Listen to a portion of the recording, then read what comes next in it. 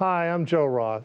At New Jersey Sharing Network, we're committed to saving and enhancing people's lives through organ and tissue donation and informing people about our life-saving mission. That's why we're proud to support programming produced by the Caucus Educational Corporation and their partners in public television. Funding for this edition of One-on-One with Steve Adubato has been provided by PNC Bank, Adler Aphasia Center, helping stroke and brain injury survivors recover their speech, University Hospital, Newark, New Jersey, United Water, making the planet sustainable is the best job on Earth, the Ohlendorf Center, New Jersey Sharing Network, dedicated to saving lives through organ and tissue donation, and by the Russell Berry Foundation. Promotional support provided by Commerce Magazine, and by New Jersey Monthly, the magazine of the Garden State, available at newsstands. This is One-on-One. When you first heard that they were doing Charlie Rose and Gayle King, didn't you go, what? People like laughing at others, so I don't mind if the other is me. See, you go right into the character. That's what it is. I'm bringing families together a half an hour each week. Man, I'm doing something special. And so I do feel successful.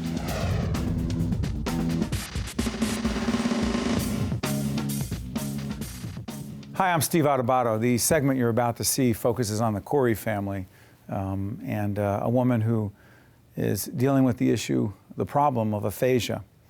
Most people still don't even know what aphasia is. It is a communication disorder. We met the Koury family through the Adler Aphasia Center. I would never have known what aphasia really was and is if it were not for Mike and Elaine Adler. They established the Adler Aphasia Center after Mike, an extraordinary, a very successful businessman, was stricken with aphasia, this communication disorder. His ability to speak and be so dynamic and charismatic was taken from him.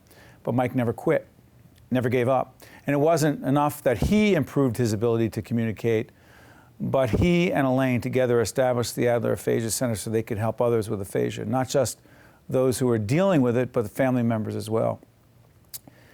So while you watch this segment on the Koury family, just one family dealing with aphasia, know this, that our great friend, Mike Adler, has passed after a long illness.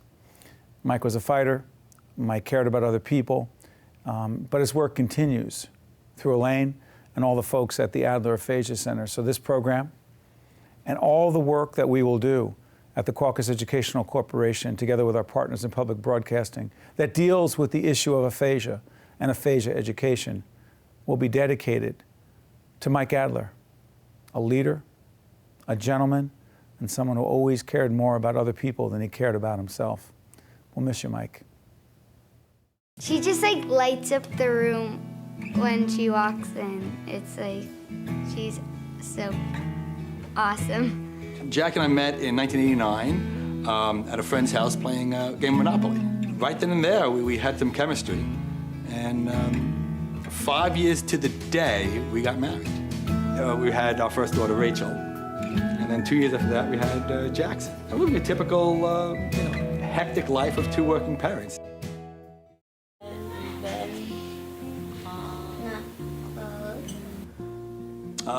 Then, out of the blue, Jackie, she had a stroke in the hospital. We weren't sure if Jackie was going to survive or not. It was a very, very difficult time. The problem is I can't talk. And again, when they said aphasia, I didn't know what that meant. And so I had to do a lot of investigation. I can't comprehend questions, difficult time with everything. Every little boy and girl just wants to talk to their mom and learn a lot of things about what they did as a kid, what their life was like. And unfortunately, we've lost that. My kids don't have that. Before, she couldn't even say full words or sentences, but when she was in the Adler Aphasia Center, they really taught her how to talk well, and it's just really helped her. The center is everything. And here they are in real life, Paul and Jackie Koury, and they're children, Rachel and Jackson, are off stage. They'll be with us in just a little bit. We're watching this video, it's a very powerful video from August 2011. When you think back... No, it's August. Oh, 2010. Yeah. My apologies. Yeah. Look at you correcting me already. Trust me, it will not be the last mistake I make. Thank you. You've made great progress. Thank you.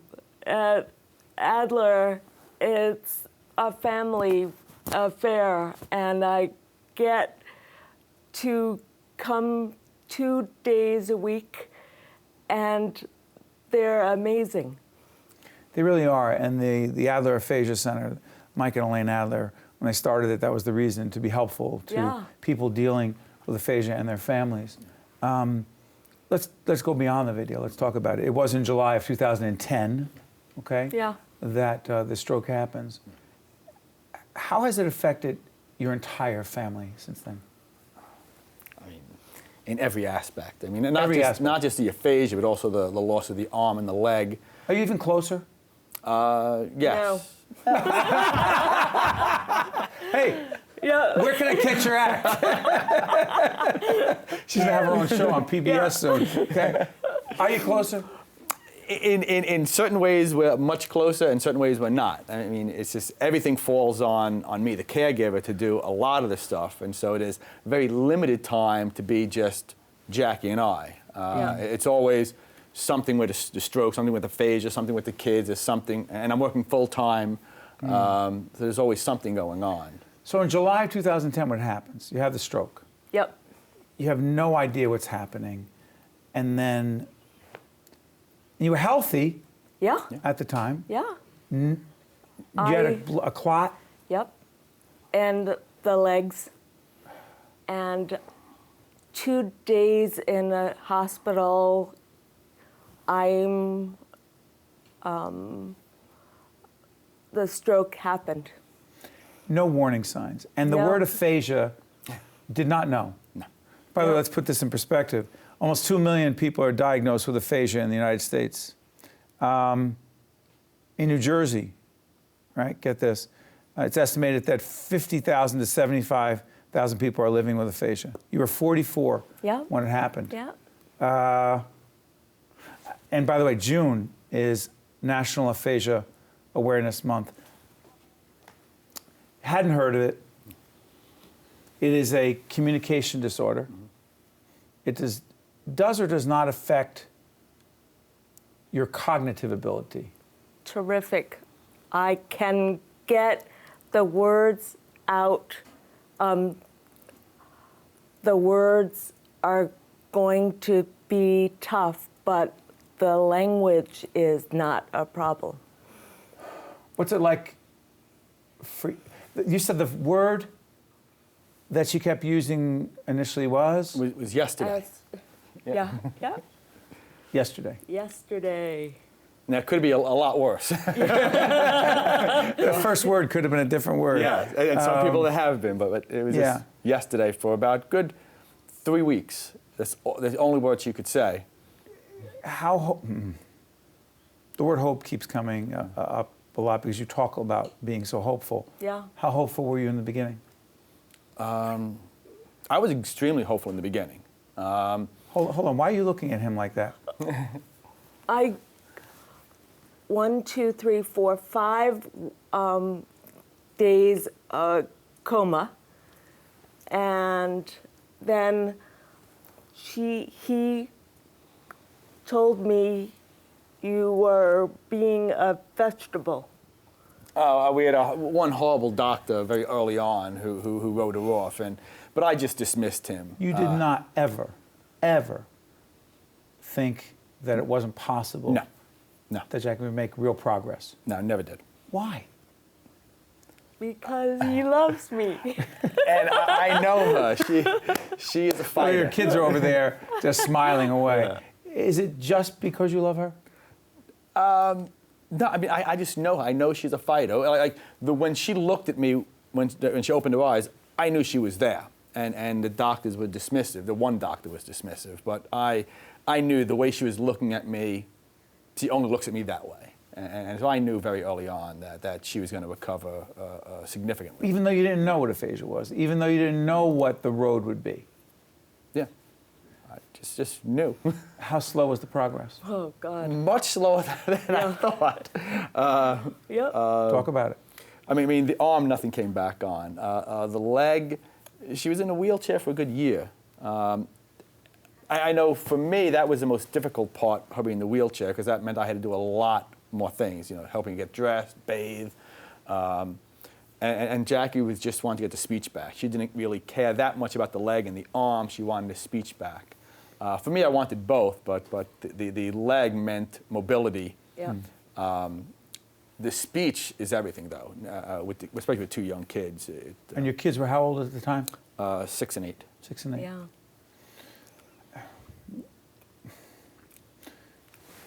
Your kids, Yep. who are now 10 and 12, Yes. Yep. what did you Are want my to... life. Say it again. Are my life. They are your life. Yep.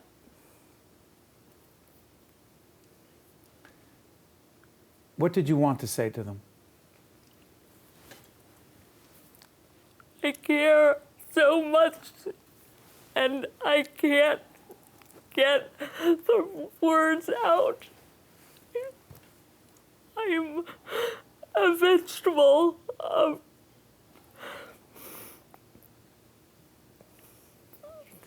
they were scared of me.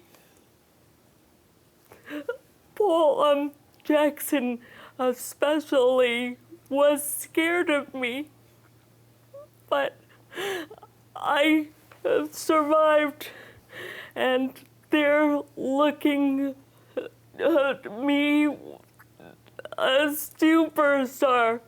You are. Yep. Jackson will have a chance to talk about how he sees you today. And you know, a lot of us can't comprehend how strong you really are because we can't comprehend what you've gone through to be where you are right now and how hopeful. You never gave up hope. Yeah, terrific. Because?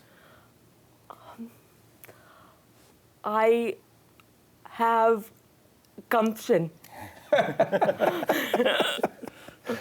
I like life, and all that I can do with Paul and the kids are terrific for me. Do you mind if we bring the kids on after this quick break? Yeah. Your kids are 10 and 12. Rachel is 12, and Jackson is 10. And we'll give them a chance to join the family. This is an extraordinary family, the Koury family. Stay with us, learning more about aphasia, but more importantly, learning about hope and family bonds. We'll be right back. Visit us online at steveadubato.org. Email us at info@caucusnj.org. Find us on Facebook at facebook.com/SteveAdubato-PhD. And follow us on Twitter at Steve Adubato.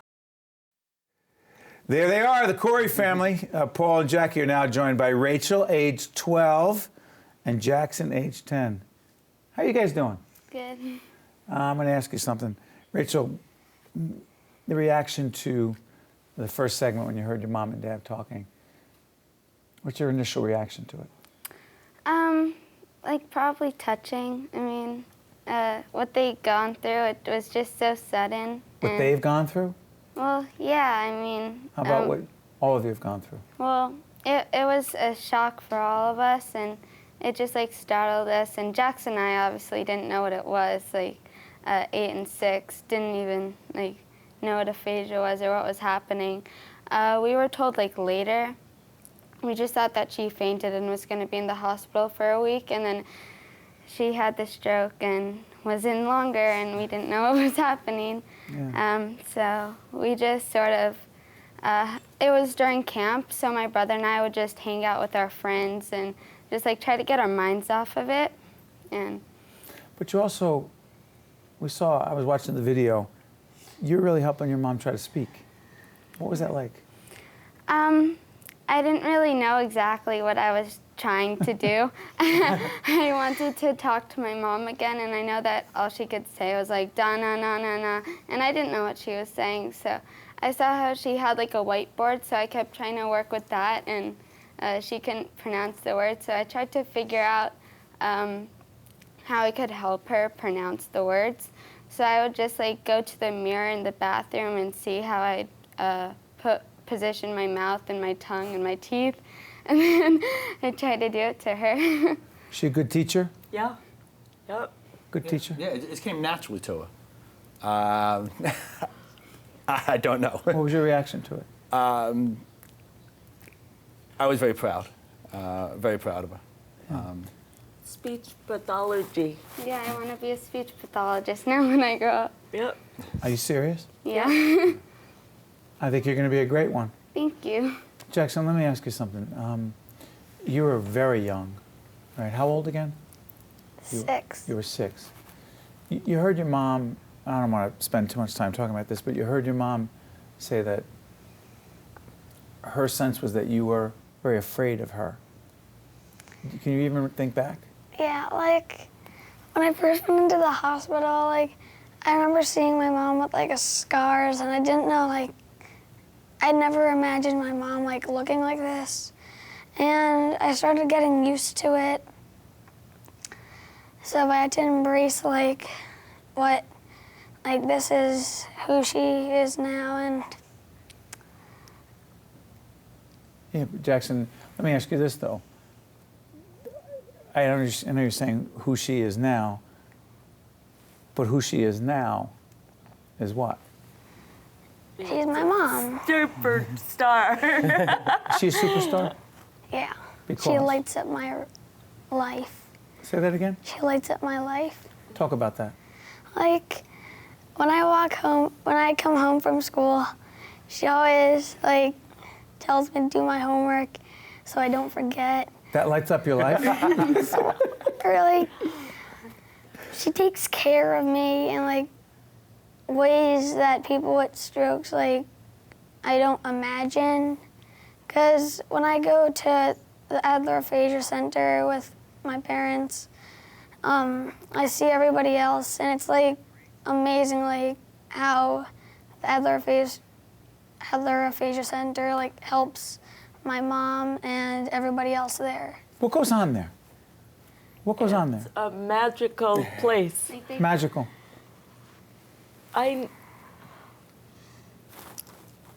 They have activities there to make you talk, and I like the travel situation. I love traveling, and I like their thoughts and their actions, and it's terrific. Yeah. Mike and Elaine Adler are good friends who started it, and our friend Karen, who is actually in the studio here with us right now, who runs that operation. They're extraordinary people, and we've been proud to be affiliated with them and try to talk about. You talk about aphasia and try to educate. It's one thing, but then you meet people who are dealing with it as individuals and families. What's the message you would want to leave with everyone right now? I mean, two messages. One, Jackie's still the same. I mean, she's always loved traveling, and we constantly travel. Went to London, went to Costa Rica, zip lining. Oh, back up on the zip line. You showed me a picture. Our executive producer, Jen Eichler, I know, is going to show a picture of this. I saw the picture. I couldn't believe. What's the zip line story? That's what she always wanted to do, and finally I worked it out where we went to Costa Rica for a vacation, and I had a guide just for Jackie, so she was tethered to him and ziplining through the jungles of Costa Rica. 1, 2, 3, 4, 5, 6, 7, 8, 9, 10, 11 jumps. Yeah. 11 Yep. Yeah. So the message there is? The oyster is mine. Well, Don't give up. you never give up. You just keep on, just keep doing what you always loved. Yep. Can I do this one more thing? The story, the socks. What's the name of the book? Yeah. Fox and Socks. Socks. Give the Fox and Socks story. You were reading it at the same time as your mom. And so I was angry because I had like trouble reading at that point, so I threw it down. And so my mom. And your mom was reading it as well. Yeah. Her therapist. One thing with aphasia, you lose the little words. So you're reading, your mom's reading it. Yep. What did you say to Jackson?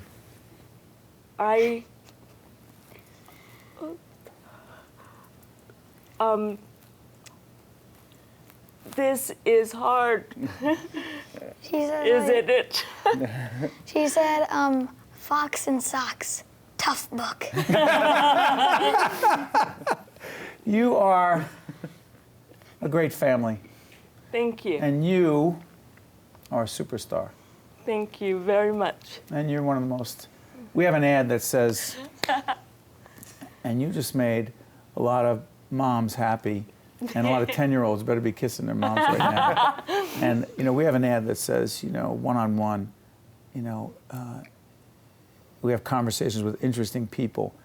You give new meaning to the word interesting people, special people. Thank you. So you honor us by being with us, and we wish you nothing but the best in your work at the Adler Aphasia Center and inspiring a lot of other people and giving them hope.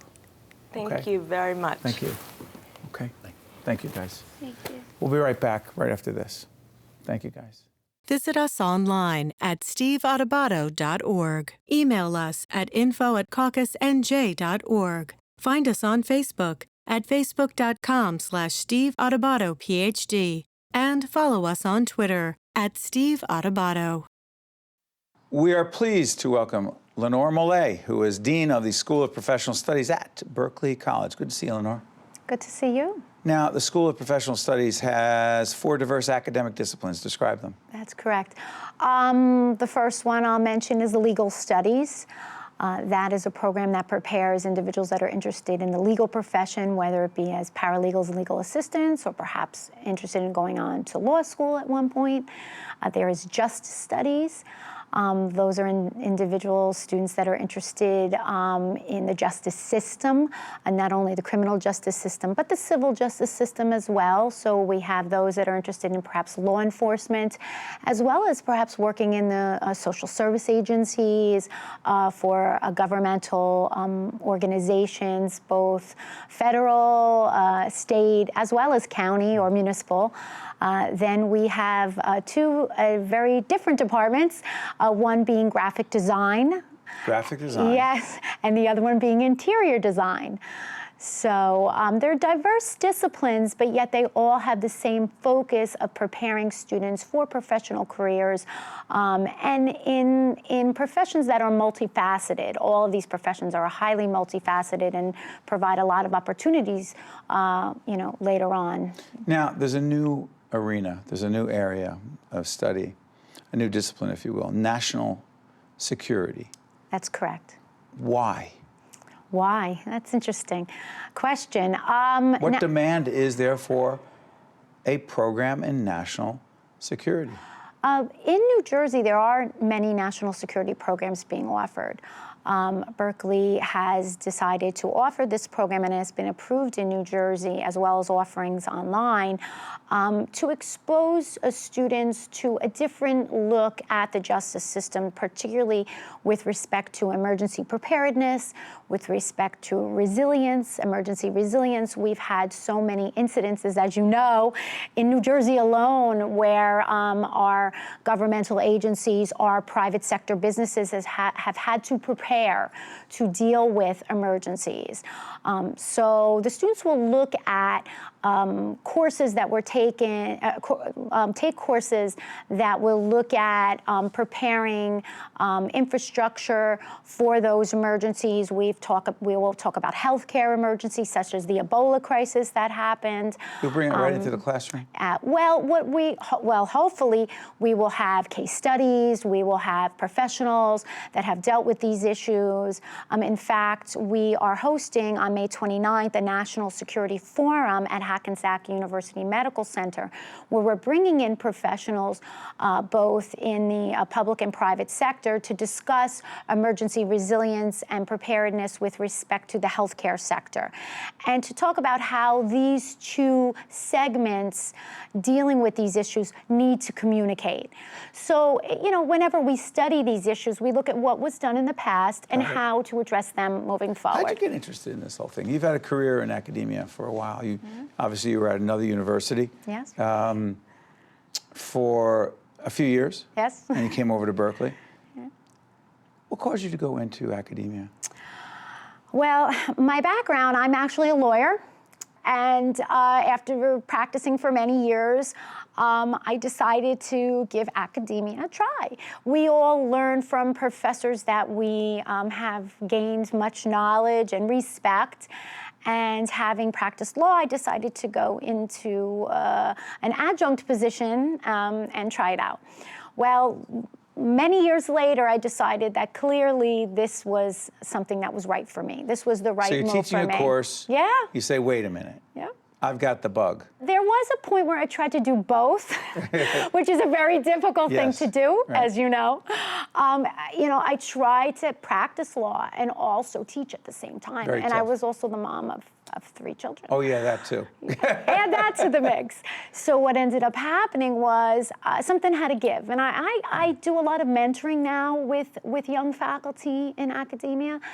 And I tell them, you know, at the beginning, you think academia is kind of going to be a part-time job, you know, and we'll do it on the side. But what happens is it takes over, and I think why, and that was your question, why, it really was the love for engagement. And I have enjoyed that engagement. And when you're an attorney, you engage too, but it's a different type of engagement. And I've enjoyed the engagement with this population.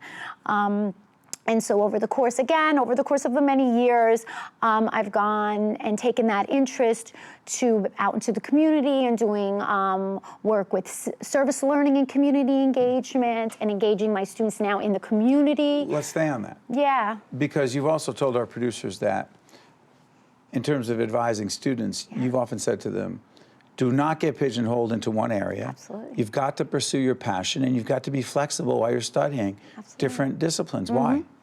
Oh, so important. In this day and age, you never know. Yep, it's good stuff. Yeah. Lenore Molee, who is the Dean of the School of Professional Studies at the great Berkeley College. Thanks so much for joining us. Thank you. Good stuff, good advice. One-on-One with Steve Adubato has been a production of the Caucus Educational Corporation, celebrating over 25 years of broadcast excellence. Funding for this edition of One-on-One with Steve Adubato has been provided by PNC Bank, Adler Aphasia Center, University Hospital, Newark, New Jersey, United Water, the Ohlendorf Center, New Jersey Sharing Network, and by the Russell Berry Foundation. Transportation provided by Airbrook Limousine, serving the metropolitan New York, New Jersey area.